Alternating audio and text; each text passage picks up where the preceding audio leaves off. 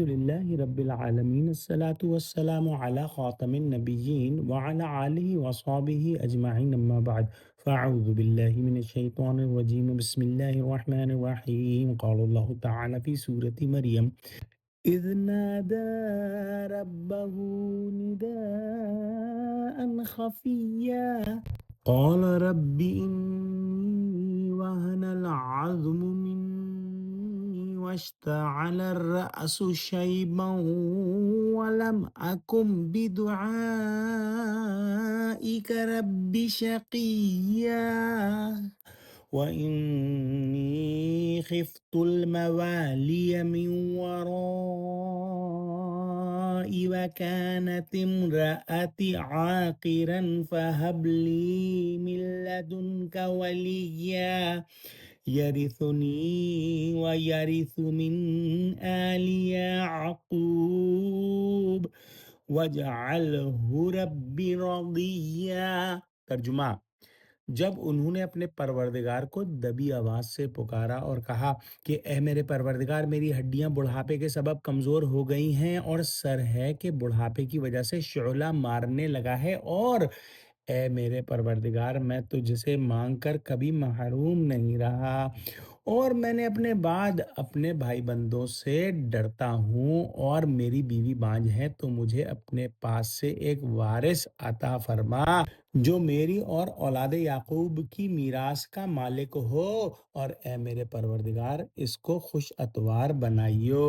یہاں پر اللہ سبحانہ وتعالی نے حضرت عیسیٰ علیہ السلام کے ذکر سے پہلے حضرت یحییٰ علیہ السلام اور ان کے والدین کا ذکر فرمایا ہے۔ حضرت زکریا علیہ السلام ان کے والد تھے جو کہ جلیل القدر پیغمبر تھے۔ یہ بڑھئی کا کام کرتے تھے اور کوئی نہایت مالدار شخصیت نہیں تھے۔ یہ قصہ پہلے ہم سورہ آل عمران میں بھی پڑھ چکے ہیں۔ علماء کرام فرماتے ہیں کہ رات کی تاریکی اور خلوت میں پست آواز سے دعا کا اصل قاعدہ ہے، اور اسی طرح سے حضرت زکریا علیہ السلام نے دعا فرمائی۔ شاید ان کو یہ بھی خیال ہو کہ بڑھاپے میں بیٹا اور ولی مانگ رہے ہیں، اگر نہ ملے تو سننے والے ہنسیں گے، اور ویسے بھی عموماً بڑھاپے میں آواز پست ہو جاتی ہے، واللہ عالم۔ ان کی دعا میں یہ ظاہر ہے کہ موت کا وقت قریب ہے، سر کے بالوں میں بڑھاپے کی سفیدی چمک رہی ہے اور ہڈیاں تک سوکھنے لگی ہیں۔ یا اللہ، ان حالات میں آپ سے دعا کرتا ہوں، اور آپ نے اپنے فضل و رحمت سے ہمیشہ میری دعائیں قبول کی اور مخصوص مہربانیوں کا خوگر بنائے رکھا۔ اس آخری وقت اور ضعف اور پیرانہ سالی میں کیسے گمان کروں کہ میری دعا رد کر دی جائے گی اور محروم رکھا جائے گا مہربانی سے۔ غالباً ان کے بھائی بندے جو ہیں اور قرابت دار جو ہیں وہ نااہل ہوں گے۔ ان کو ڈر یہ ہوا کہ وہ لوگ ان کے بعد اپنی بدعمالیوں اور غلط کاریوں سے راہ نیک نہ بگاڑ دیں، اور جو دینی اور روحانی دولت یعقوب علیہ السلام کے گھرانے میں منتقل ہوتی ہوئی حضرت زکریا علیہ السلام تک پہنچی تھی، اسے اپنی شرارت اور بدتمیزی سے ضائع نہ کر دیں۔ ہاں، یہ بات اچھی طرح سمجھ لینی چاہیے کہ جو انبیاء ہیں ان کی وراثت علمی وراثت ہوتی ہے، دنیاوی مال اور دنیاوی چیزیں وراثت نہیں ہوتی، وراثت مالی نہیں ہوتی۔ اور یہاں پر آل یعقوب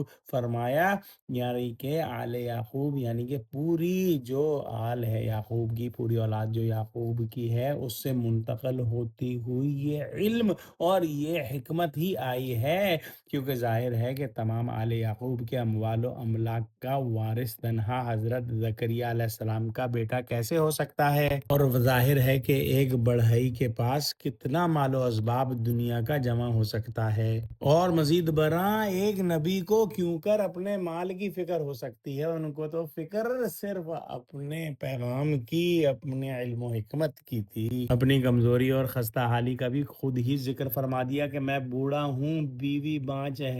ظاہری سامان اولاد ملنے کا کچھ نہیں، لیکن تو اپنی لامحدود قدرت اور رحمت سے اولاد عطا فرما جو دینی خدمات کو سنبھالے اور تیری مقدس امانت کا بوجھ اٹھا سکے۔ اور میں دعا کے علاوہ کیا کر سکتا ہوں، لیکن چاہتا ہوں کہ ایک کوئی بیٹا ہو اس لائق جو باپ دادوں کی گدی